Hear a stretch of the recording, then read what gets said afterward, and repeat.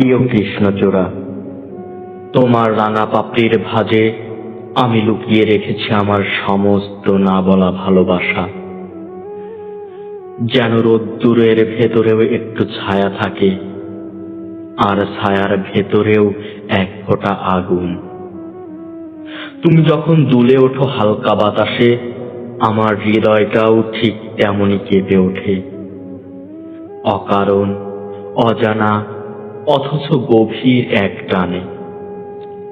তোমার প্রতিটি ফুল যেন এক একটা চিঠি, যা আমি লিখেছিলাম কোনো এক নিঃশব্দ বিকেলে, কিন্তু পাঠাতে পারিনি কখনো। জানো কৃষ্ণচূড়া, তোমার রংটা এত লাল কেন? একই রোদে পোড়া কোনো ব্যথার গল্প, নাকি প্রেমে ভেজা কোনো অমলিন স্মৃতি? আমি যতবার তোমার দিকে তাকাই, ততবার মনে হয় তুমি বুঝি আমার মতোই কাউকে ভালোবেসে নিঃশব্দে জ্বলে উঠেছ। একদিন আমিও তোমার মতোই ফুটতে চেয়েছিলাম, অগ্নিস্নাত, উজ্জ্বল, দহনময় ভালোবাসায়। কিন্তু সময়ের নিষ্ঠুর হাওয়ায় আমার পাপড়িগুলো ঝরে পড়েছে আগেই। শুধু রয়ে গেছে কিছু রং, কিছু অনুচ্চারিত অনুভব।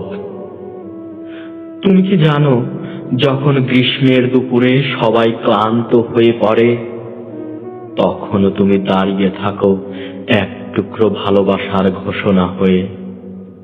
তোমার প্রতিটি পাপড়ি যেন বলে, ভালোবাসা কখনো ক্লান্ত হয় না, সে শুধু রং বদলায়, সময় বদলায়, তবু বেঁচে থাকে। প্রিয় কৃষ্ণচূড়া, যদি কোনোদিন আমি হারিয়ে যাই এই ব্যস্ত শহরের ভিড়ে, তুমি কি একটু মনে রাখবে আমাকে?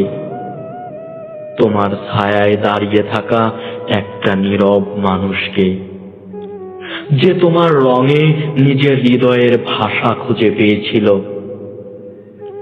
যদি কখনো বৃষ্টি নামে, তোমার পাপড়িগুলো ভিজে ওঠে অশ্রুর মতো, তখন ভাববে কেউ একজন দূরে বসে তোমাকেই মনে করছে।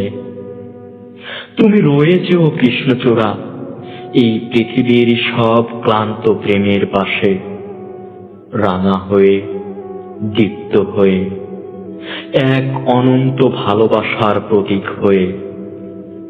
আর আমি রয়ে যাব তোমারই কোনো এক পাপড়ির ভাঁজে, অদৃশ্য এক অনুভূতি হয়ে, চিরকাল তোমারই হয়ে।